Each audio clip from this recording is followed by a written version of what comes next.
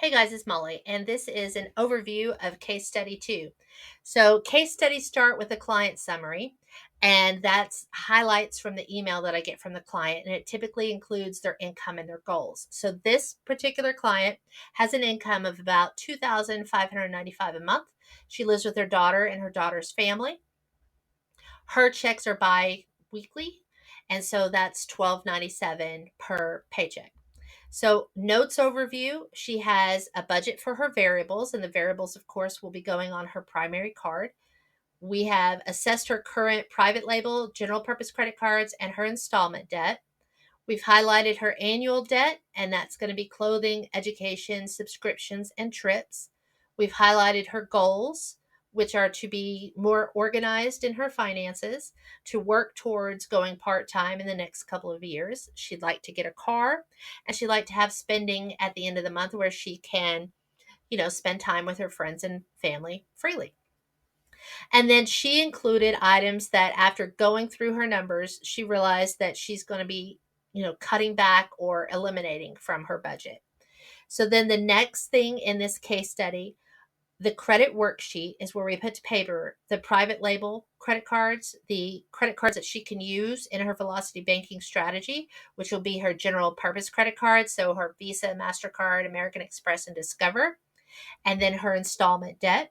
We identify the primary card that she's going to use, and that's always going to be one of those general purpose credit cards, and it's going to be the one with the highest minimum payment.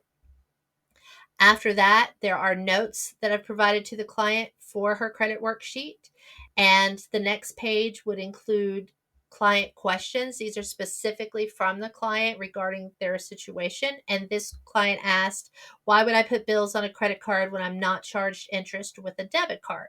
So that's addressed in this case study.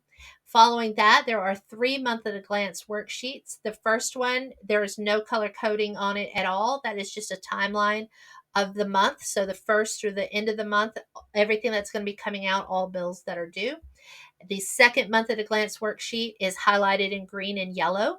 So the green would be including all of the velocity banking credit cards that we can use in this strategy, and the yellow would be all the bills that can be paid with a credit card that will be used to meet those credit card minimum payment obligations. And then the final color coded month at a glance worksheet is where we are matching those credit cards and those bills and color coding them. So if it's in red, that's the credit card. If it's in pink, then those are the bills that are going to be going to that credit card. Following that is a sheet where I have highlighted, okay, with this paycheck 1, you're going to pay these bills with these credit cards, and paycheck 2, you're going to be paying these bills with this credit card. And that is all spelled out. And then the next thing following that will be her money trackers. So my money trackers, I do mine weekly. She's bi-weekly, so hers addresses her specific scenario. And there are 2 money trackers because she knows what she's going to be making every paycheck. So she doesn't need quite as many money trackers as the first case study where nothing was lining up. Like she was getting paid monthly, bi-weekly, and weekly. So she had all kinds of stuff going on with her. So if you have a complicated financial situation like that, case study 1 will be for you. And if you're more of a bi-weekly, I know what I'm going to get every paycheck, then case study 2 will give you that kind of idea. So her money trackers have notes on them where I outline specifically what our goals are. And then she has a couple of money trackers that I included where it has it filled out at the top, but the bottom where she's going to be filling out what her daily spending is, that's open and free, available to her.